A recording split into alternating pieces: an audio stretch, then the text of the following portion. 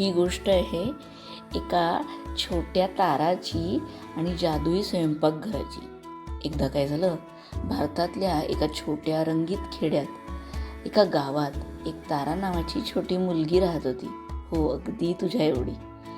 तारा आपल्या आजीच्या घरी जाणं खूप आवडायचं, कारण तिथं तिला जादुई स्वयंपाकघर भेटायचं.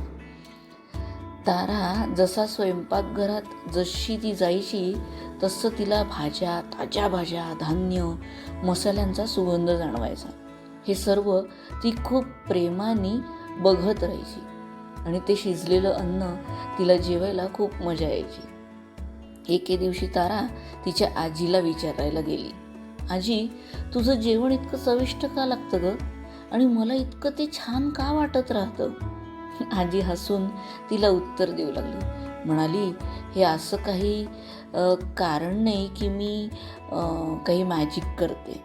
हे सगळं ताजं आणि शुद्ध आणि पौष्टिक घटकांमधनं बनलेलं अन्न आहे.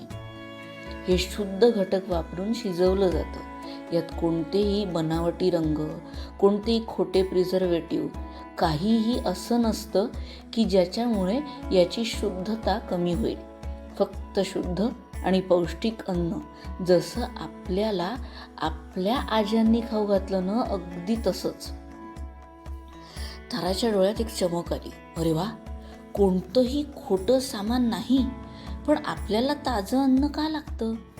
आजींनी समजावलं, पूर्वी सगळं अन्न असंच असायचं, नैसर्गिक आणि पौष्टिक. पण आजकाल बऱ्याच अन्नपदार्थांना मोठ्या कारखान्यांमध्ये प्रिझर्वेटिव्ह सहित रंग टाकून जास्त काळ टिकवण्यासाठी आणि चांगलं दिसवण्यासाठी बनवलं जातं. पण ते आपल्या पोटासाठी चांगलं नसतं आणि आपण खूप खाल्लं तरी आपल्याला आजार होऊ शकतात. याच्यात काही वावगं नाही, म्हणजे तो आजार होण्याची शक्यता नाकारता येत नाही. तारा थोडा विचार करत मग परत विचारायला लागली, अशी कोणती जागा आहे जिथं प्रत्येक जण तुझ्यासारखं चविष्ट आणि शुद्ध अन्न खाऊ शकेल? आजी आनंदाने मान हलवत, हो, आहे तर खरी. त्याला म्हणतात पूर्ण ब्रह्म. माझ्या स्वयंपाकघरासारखंच तिथं सुद्धा ताज्या घटकांपासून कोणतेही रंग किंवा प्रिझर्वेटिव्ह न घालता अन्न बनवलं जातं. ते सगळं शुद्ध, जसं आपण जेवतो ना, अगदी तसंच असतं. त्या संध्याकाळी ताराचं कुटुंब पूर्णब्रह्ममध्ये जेवायला गेलं. ते रेस्टॉरंटमध्ये गेल्यानंतर त्यांना ती उबदार माया, ती आरामदायी बैठक आणि अन्न, अगदी इंद्रधनुष्यासारखं रंगीत दिसत असलेलं सर्व निसर्गरम्य वातावरण.